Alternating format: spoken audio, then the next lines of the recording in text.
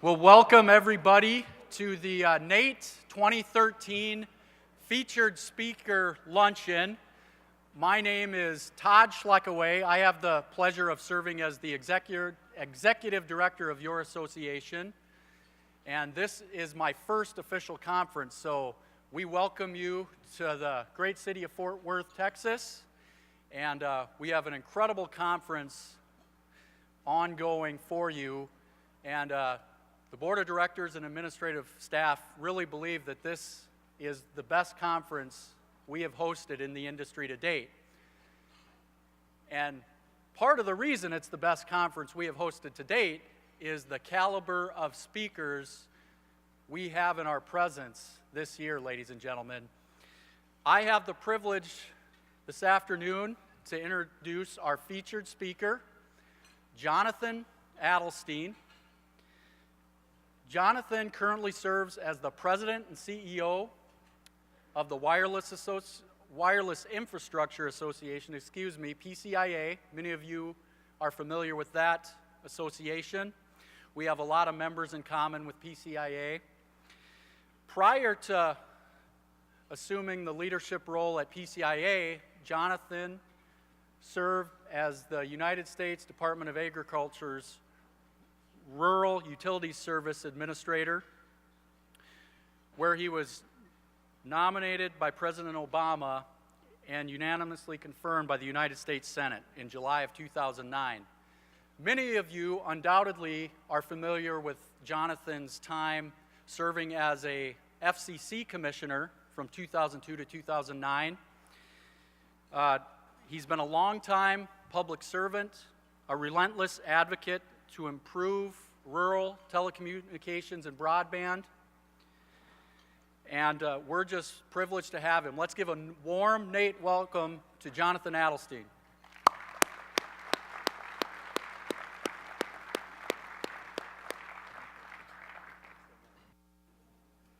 Well, thank you, Todd, and good afternoon, everybody. It's good to see you all.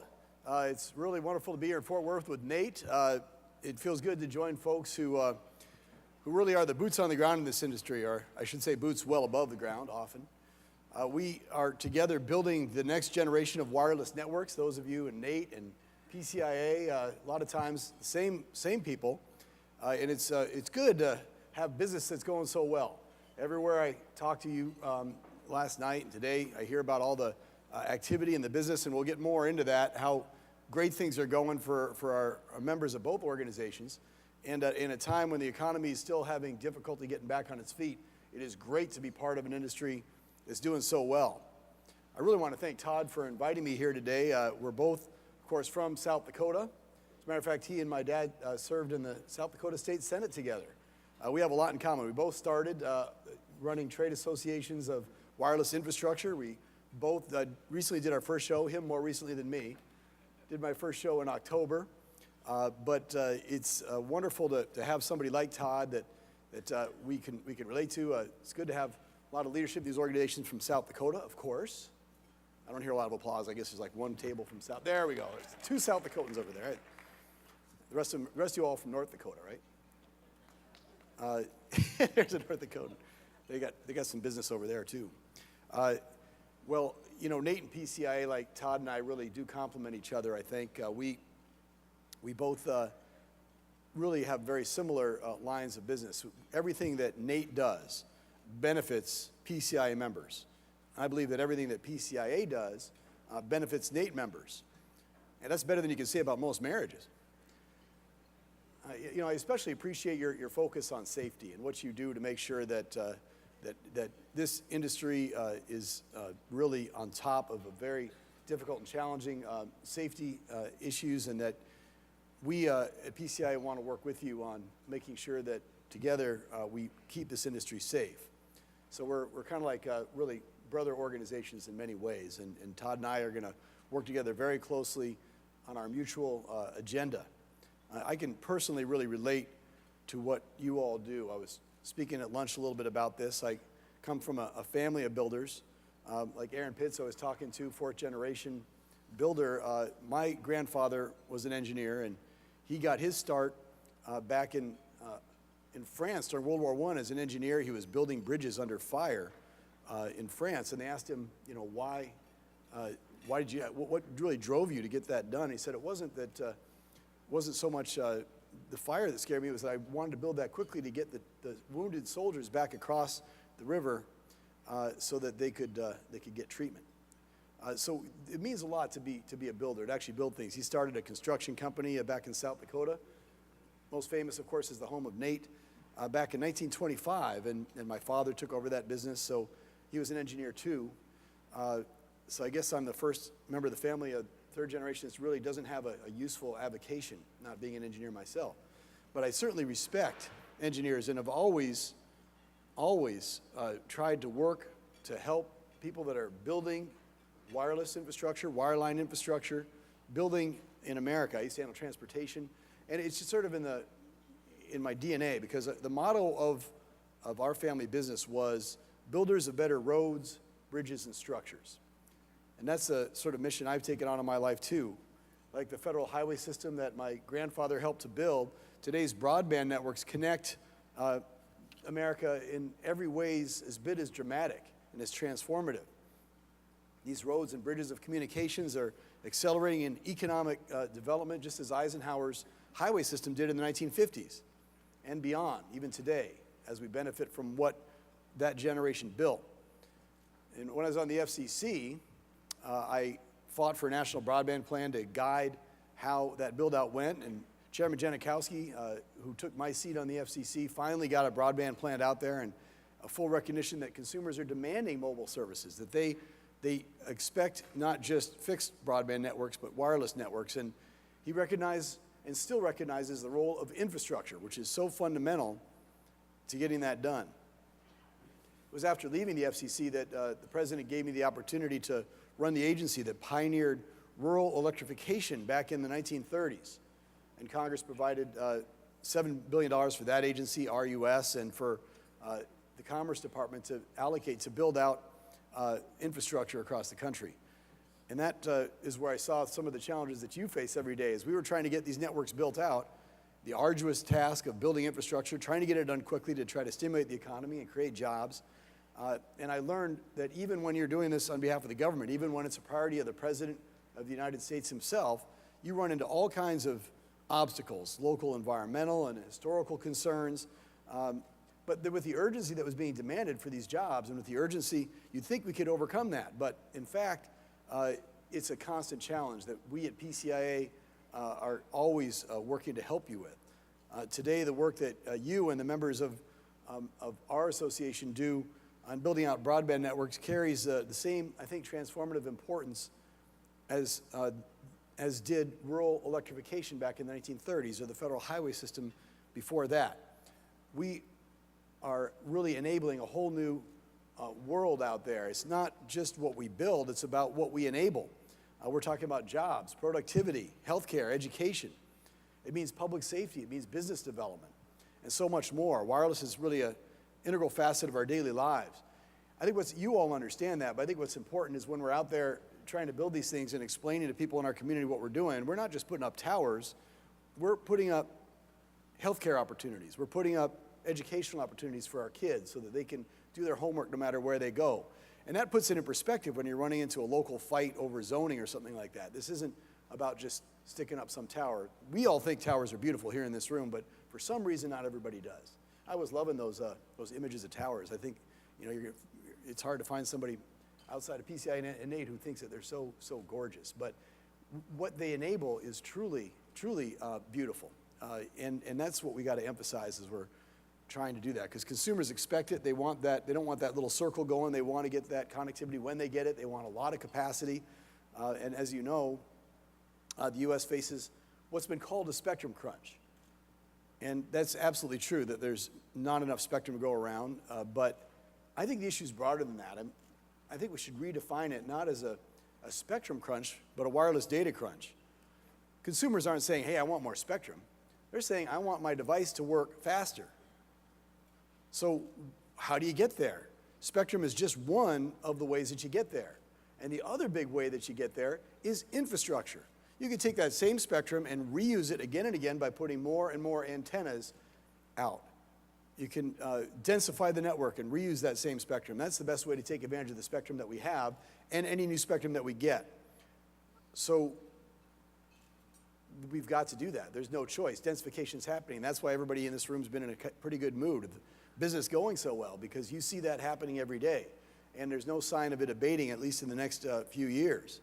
And we think about the changes that have happened. It was just 3 years ago that the iPad was introduced. It's hard to think that there was, no iPads, and now there's 100 million of them just 3 years later.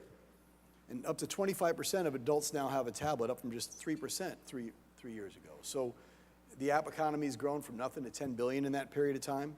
This is amazing. More Americans are cutting the cord.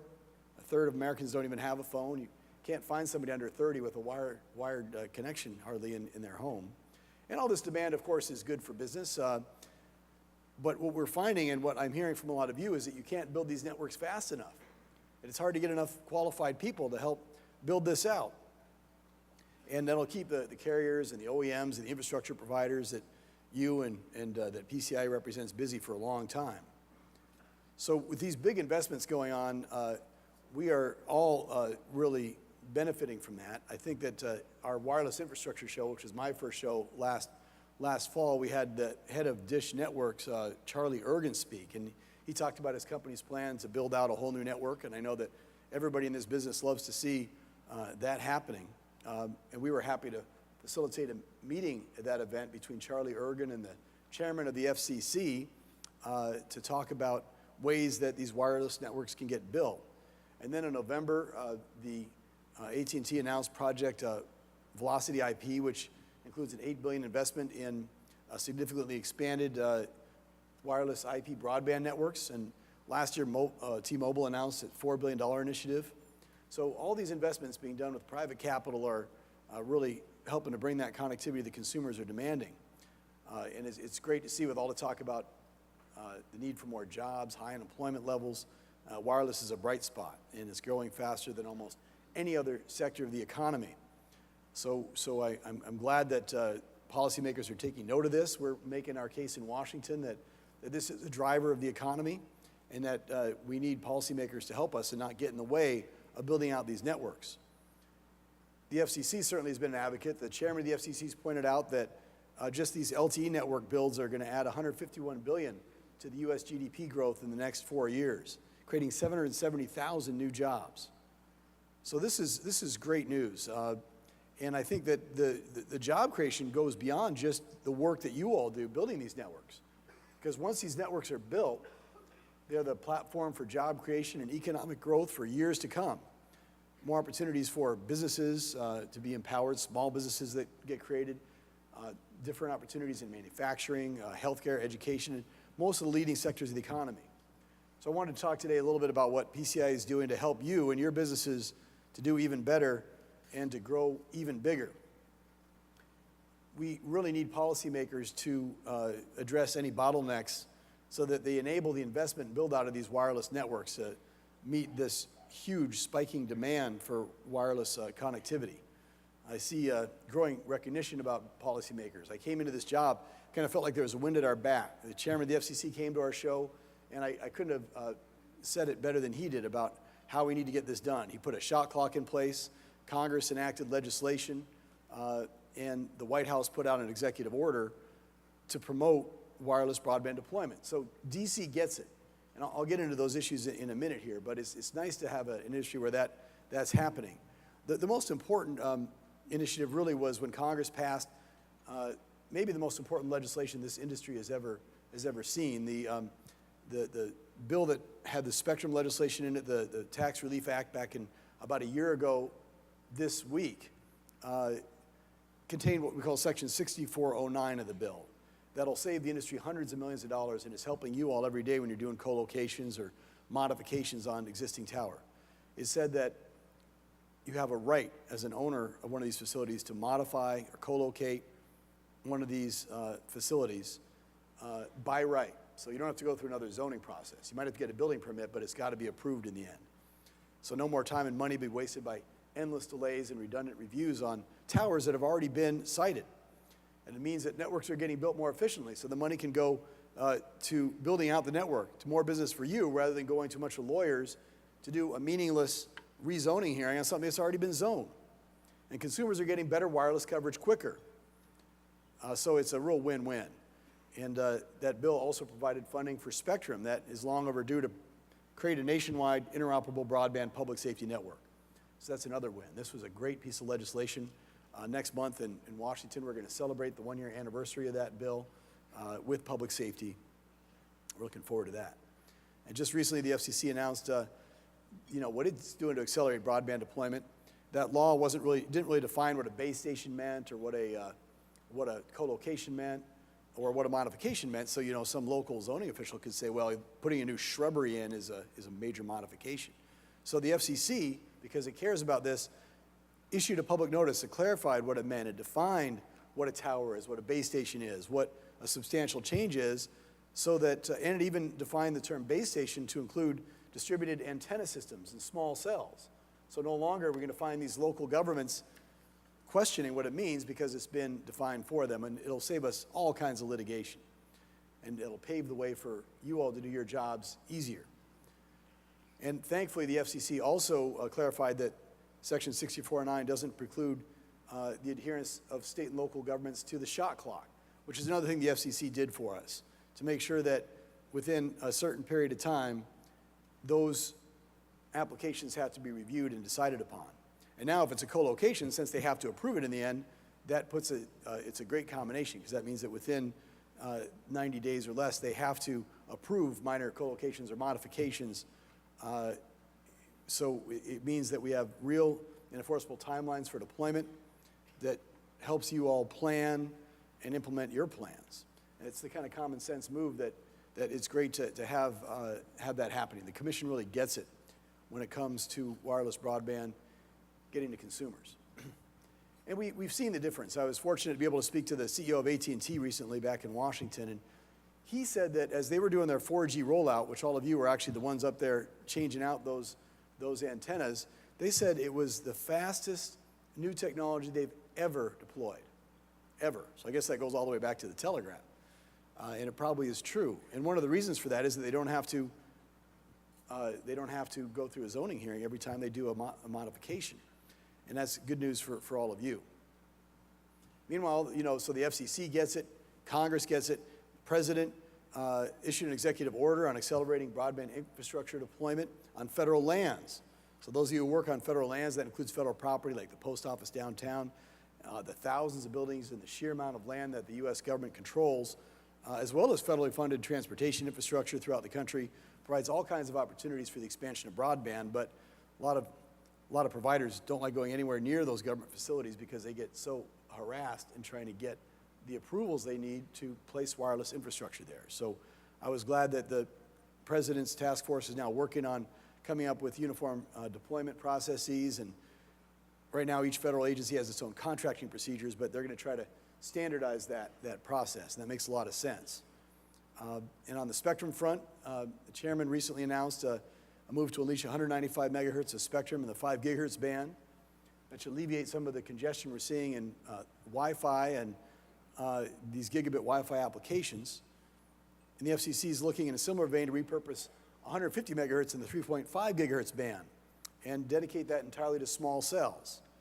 And that's something I want to talk about a bit today, because this is really one of the big parts of the future of this industry is small cells. The FCC is looking at it at 3.5 gigahertz, and I think you all need to think about it very hard. We certainly are at PCIA, and we know a few things about small cells because long before my time, PCIA founded the DAS Forum back in 2006. And today we have a broad membership of equipment designers, system integrators, carriers, and infrastructure providers that are part of the DAS Forum that are responsible for DAS deployments in some of America's marquee venues and communities. And carriers are increasingly turning not just to DAS, but to small cells to improve network capacity. It isn't just a coverage issue. What's happening is that they're doing the infill that I was talking about. They've got the coverage out there, but they're getting so much demand, they've got to go with smaller and smaller cells to split those cells. And while their priority is building out LTE right now, the next step, I think, is incorporating a variety of system design elements that make up the heterogeneous network, or the HETNet. So there's all kinds of opportunities that are going to abound for forward-thinking contractors that can be nimble enough to transition from LTE build out to the deployment of this HETNet. Small cells, DAS, and Wi-Fi deployments require, I think, a different skill set. So RF training and other technical skills are going to be as critical as they can be as this landscape begins to shift to these smaller cells. I mean, the macro towers aren't going anywhere, but there, I think, is going to be even more growth in these small cells as we go forward, while the old macros that provide such vast coverage are always going to be in demand, given the basic physics of RF. They are just a priceless part of the environment. But those of you on the business development side of things have to consider what you're going to do about this small cells. As AT&T says alone, it's going to deploy 40,000 of these and 1,000 DAS units, which might have hundreds of nodes themselves. Taking advantage of this dynamic, I think, is going to be something that a lot of you are going to do, a lot of you are already looking at. There's no shortage of demand for that. So I think adapting the business models and skill sets to that will ensure continued prosperity and a lot of business for many, many years to come. Now, we at PCIA are doing our part to pave the way for network expansion through our advocacy efforts. We see no reason that your business should be hindered by outdated and vague rules that get in the way of building towers, building small cells, getting any antenna anywhere. I mean, our idea is to expand wireless broadband everywhere. To that end, we've been working on the Twilight Towers issue, we've launched an initiative to correct a regulatory loophole in the FCC's historic preservation rules. Right now, it's barring thousands of towers from being utilized for co-location without a lengthy and costly process. And while this problem impacts some commercial infrastructure that was built between 2001 and 2005, it also is impacting, I think, a lot of state and local government towers, those utilized by first responders and which could also be used in the construction of this nationwide public safety network that I spoke about. We're also supporting modernization of Part 17 lighting and marking rules. We propose some simple fixes that'll allow the widespread use of state-of-the-art monitoring facilities that will harmonize the FCC rules with the FAA rules. And it'll facilitate smoother transitions to lighting schemes that maximize aviation safety and minimize environmental impacts, including those on migratory birds. Of course, it doesn't do anything about controlling cats, but we'll do our part. We were talking earlier today about, cats that climb towers, and we got to stop putting scratch pads on the sides of towers, with what we decided at lunch today, and that will. Another area of focus for us is the re-examination of what happens in the National Historic Preservation Act and the National Environmental Policy Act to account for Wi-Fi, DAS, and small cell technologies. Today, a structure that's over 45 years old is eligible for listing on the National Historic Registry. And if you think about how ridiculous this could become, a 45-year-old light pole or telephone pole could be eligible for a listing on there. And so what are we going to do? Going through a big Section 106 review on an old tower, an old pole, this is the kind of thing we need to make sure that we deal with. We can't afford those kind of delays from keeping you doing the work that you need to be doing. And so that's what we're focused on in a world where wireless and wireline telecommunications providers are often treated differently, as I learned at the FCC. DAS and smaller technologies only complicate that matter further. I think the FCC needs to clarify the treatment of these technologies so that money can be spent on the actual design and deployment rather than litigation. The FCC is examining the reliability of telecommunications networks in the wake of some of the recent disasters that we've had, and we're certainly emphasizing that. We want to make sure that's done in a way that doesn't propose harmful regulations, but that makes sure that we do allow ourselves to get those sites up quickly. I mean, for example, generators. People are complaining. The main problem was no towers went down in Sandy, but a lot of power went out, which is not what people in this room deal with, except for we like to put generators up. Well, a lot of times the localities are the ones that say, you can't put a generator there. You've got all these environmental rules, you have batteries, fuel, noise. Well, they can't have it both ways. If they want these systems to work in emergencies, they've got to let us put generators there, and they can't complain if they didn't let us put a generator there that the system didn't work. So we're going to try to take advantage of the fact that there have been some horrible tragedies to help prevent the next one, to learn the lessons, to make sure that we can get generators sited. So we're busy in Washington advocating for this policy, but you know, as Tip O'Neill said, all politics is local, and we really want to get you all involved. A lot of you already are involved in our state wireless association program, the SWAP program. We have 29 member associations covering 38 states. We have carrier reps there. We have infrastructure companies, OEMs, service providers.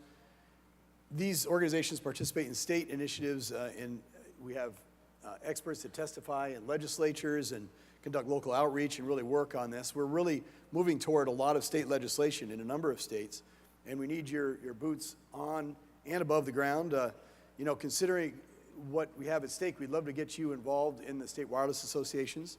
Caitlin Colligan from my organization is here. She has more information on it if you like, or talk to me about how to get involved. We have some sheets here to explain what the state wireless associations do, and we want to partner with NATE on moving some of this legislation forward in the states. And you that own and work in these businesses are great examples of the jobs that are created if we can just get the government to be the wind at our back at a state and local level as they are at a federal level in building out these networks. We've seen favorable legislation in some states like Michigan, New Jersey, and Pennsylvania last year. And this year we're pushing for legislation in New Hampshire, and Missouri, and Georgia, and Washington. They've got bills introduced, and we're currently very active in California. I'm heading to California later today to work on our initiatives there, because there's a lot of, those of you who work there know what a lot of challenges there are in California. They want the connectivity, they want the capacity, but they don't seem to want the antennas. So we're gonna do something about that. So given the focus on state legislative efforts, we could really use your input. Our expertise really lies in having a really powerful grassroots network, and I think working hand in hand with NATE, all hands on deck, we can really move the agenda forward. For cable companies to carriers, OEMs and infrastructure companies to pure play wireless providers, we really want to be the home of getting these wireless networks built. And we really want to work with all of you as our brother organization to get that done. So thank you so much for having me out here today, and great to be at NATE.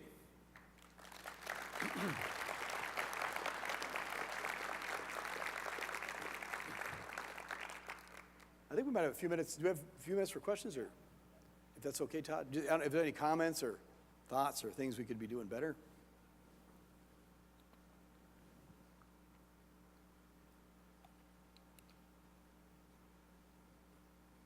All right, we got to have more coffee in back. That'll get you around.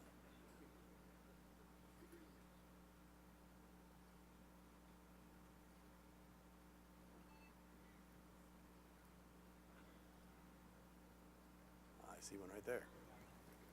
Your chairman. We have a question over here. Oh, okay.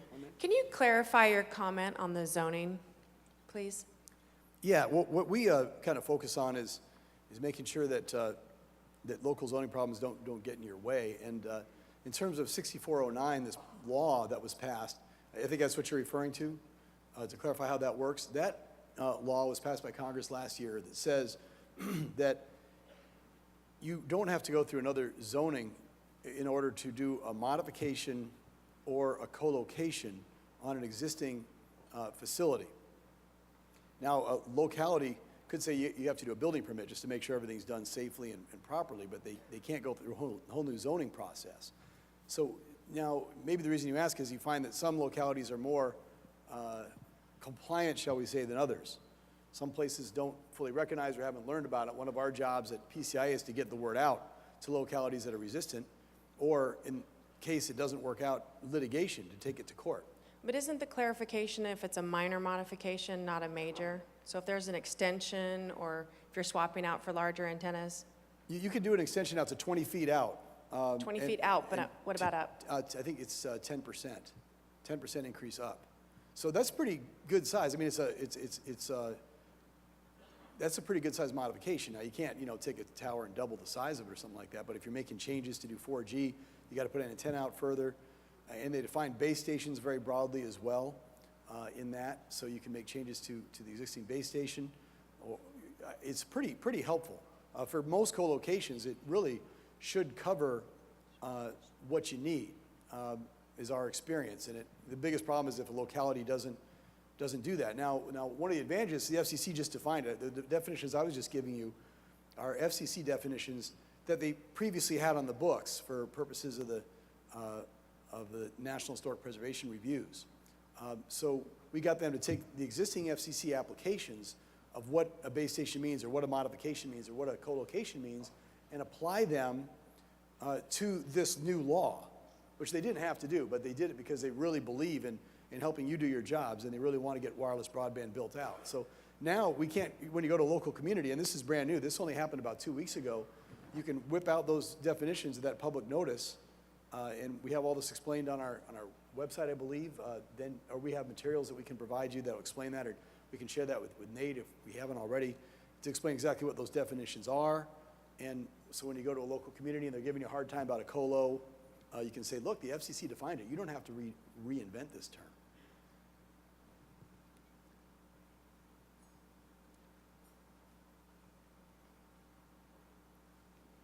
There's one more back there, too.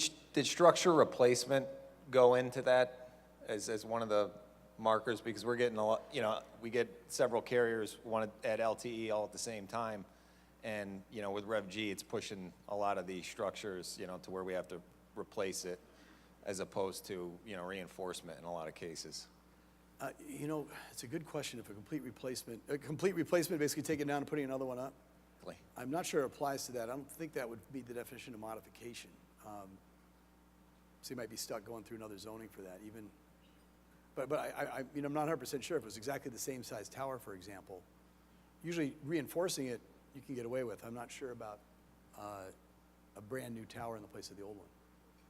Yeah, with some of the modification costs, it gets to be, a multiple 3-4 times the cost to actually just replace the tower. So yeah, finding in a lot of cases it's, more affordable to replace it, but then, we kind of can start at ground zero again in that whole process. So exactly. Well, that's the problem. So that's why we're trying to work with these localities so that they don't harass you too much. But you know how it is. It varies from community to community. And I don't think that would meet the definition of a modification under the FCC definition. thank you. You bet. Saw one over there.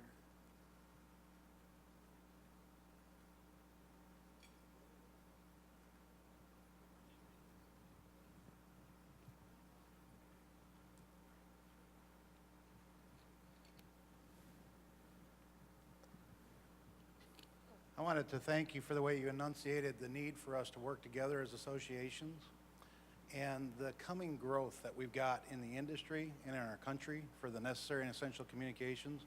What do you see as the future between PCIA and NATE and the owners that we can facilitate more active, open working groups to help each other understand the needs of the other party and plan effectively for that? We've got a lot of member companies here that care about their people, need to understand what's coming down the road a little more effectively than we do currently, and would like to challenge PCIA and my brothers and sisters here at NATE that we need to tear down some barriers between us and figure out how to get some consistent dialogue going that allows us to all plan for this future that's coming. It's a great suggestion. I'm 100% with you on that. And Todd and I already talked about it, and we discussed how we're going to do that at lunch. We are, with Jim Coleman and I talked about that. I think we do need to get that going. There is 100% alignment between our organization's interests. As I said at the beginning, I really don't see any, it's all part of the same continuum of wireless infrastructure. We all want to get it built. We all want to get it built safely. We want to build as much of it as we can, as fast as we can, and we all run into the same exact obstacles in getting that done. So these organizations should be joined at the hip. I don't see really any issues where there's any conflict. It's just we pretty much agree with you and you agree with us. So now the question is, how do we work together more closely? And we initiated a dialogue today. That's why I came here to Fort Worth to join all of you to send the message that that's what we're going to do. Todd and I, both from South Dakota, and he's known my family longer than I've known him. The way it is in South Dakota. But we are ready to roll up our sleeves and figure out what we can do. I mean, we'd like to start anything we can do on the safety front, anything we can do on on any of these zoning issues you're having, helping to make sure that any problems that you're seeing crop up in the field that we can address. Anything you'd like to see us do, we're wide open to it, because there's nothing that you want that we don't want. I don't think there's anything we want that you don't want. And that's the simple fact of the matter is. So there's no reason we can't be working together hand in glove on all of the issues of mutual concern to the wireless infrastructure industry. Yeah. Can you hear me? Yeah. I'm Jim Goldwater. I do the Washington things for NATE. And just to clarify, we've been working quite a bit with PCIA through the years on migratory birds, twilight towers. Our offices are probably half a mile from each other. So if there are suggestions, as had just been made, to work closer together, that's something that we are committed to doing, to working with you. Yeah, and I would add that Jim has always been a great partner of ours on all these issues, and that my staff told me as well that they work very closely with you. We have a legislative team of 3 attorneys that work with him on a regular basis and work with your organization. So, and again, we always pretty much, we're always on the same page on everything. So we appreciate what NATE does to help drive that forward. And I think, in the future, as I said in my comments, these state wireless associations are a way where we can really come together on the ground to get things done. And then the more you get involved in the state wireless associations, whatever it is you want to get addressed, be it regulatory or just social or safety, whatever it is, that's a venue for you to do that. Yes. Yes, Mr. Adelstein, I believe you and your attorneys at PCIA have reviewed carefully the recent oral arguments before the Supreme Court regarding the shot clock. Do you have any first opinions about it? And second part of that question is, if in fact, and we're hoping it bodes well for the industry, if it doesn't, does PCIA have any immediate plan B? Yes, Great question. Well, let me just step back so everybody in the audience might not know about this. The FCC put in place a shot clock, which said that you have to make these decisions within 90 days. It didn't say you have to say yes or no, you just have to decide. And of all things, this got caught up in this battle over administrative law, not over that question about whether it's good policy or appropriate policy, but it was a very obscure question of administrative law. It's almost funny if you say what it is, because nobody will understand it, but it's whether or not the FCC should be granted Chevron deference in defining its own jurisdiction. I said it really quickly just to show you how silly it is. But that really is the question that was before the Supreme Court, how it defines its jurisdiction. It had really very little to do with the shot clock. It had to do with whether or not agencies in general, not just the FCC, can define their own jurisdiction, being given deference or the ability to kind of define it. And we were actually very pleased with the oral arguments, because what could happen in this case, we could lose the shot clock. That's the biggest risk.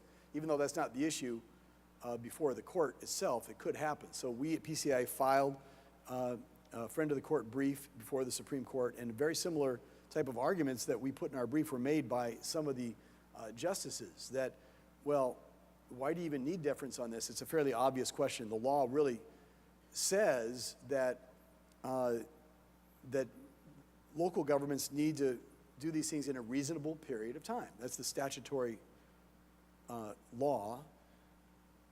We had the FCC merely say, well, it's 90 days is our definition of that based on all the review that we did. And that seems pretty reasonable to everybody. So we're hopeful that the court will say that the FCC exercised its jurisdiction reasonably. And we believe that even if for some reason it doesn't go the way the oral argument appeared, that they say the FCC shouldn't be granted this deference, they could still uphold the shot clock. And there didn't seem to be any problem with the policy itself. It's even more likely they would send it back to the Fifth Circuit. And our plan B, if that happens, as you asked, is to litigate that in the Fifth Circuit and say that even if the FCC isn't given deference, that there's no reason they shouldn't be able to have a shot clock under the law, which is pretty obvious on its face. So we're pretty sure that shot clock's going to survive. Not 100% sure, but our plan B should work if plan A doesn't. It looks like plan A is a pretty good likelihood. Plan B is an even greater likelihood. So the chances of the shot clock getting thrown out, I think, are pretty small, although it's not impossible to see us be wrong on everything. I think that given the way oral argument went, given the nature of the law, that we will have that shot clock around for years to come. What we're doing also as a plan C is going to states and trying to get them enacted on a state level. Because sometimes localities kind of don't listen as much if Congress is doing it. The closer you get to the localities, if you can get it in their own state, and if you get in a state like Pennsylvania, come up with an even stronger shot clock, shorter period, apply a shot clock to new builds, not just to co-locations, then it really takes hold. I think I may be out of time here. Thank you very much, folks. I appreciate the time. We're going to present you with an award. Stand over here. Let's give Jonathan another round of applause and thank him for joining us.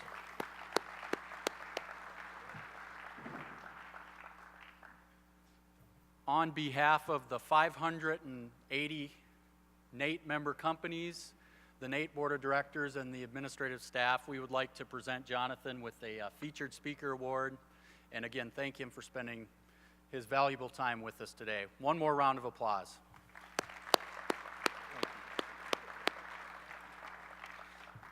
A few more quick announcements in closing. At 1 p.m. in room 203, we have the NATE member voting session. At 2:50 p.m., we have a new session this year, and that's for all interested attendees, and it's called the Committee Updates and Member Brainstorming Session. It's an opportunity for the Board of Directors and the staff to hear from all of you on what's going on in the industry, so we'd love to have you attend. That's also in room 203 at 2:50. At 4 p.m., the exhibit hall opens. We're very excited about the number of exhibitors at this year's show, and we appreciate their willingness to exhibit at NATE 2013. And then we're very excited about this event. Tonight at 6, any attendee of the conference is invited to the NATE Backyard Barbecue. There's going to be a mechanical bull involved, I'm told. There's going to be some other interactive activities, and that event is sponsored by CommScope, Hutton Communications, Tally Incorporated, and Alliance Corporation. So we'd love to see everybody here in this same room tonight at 6 p.m. So thank you and have a good afternoon.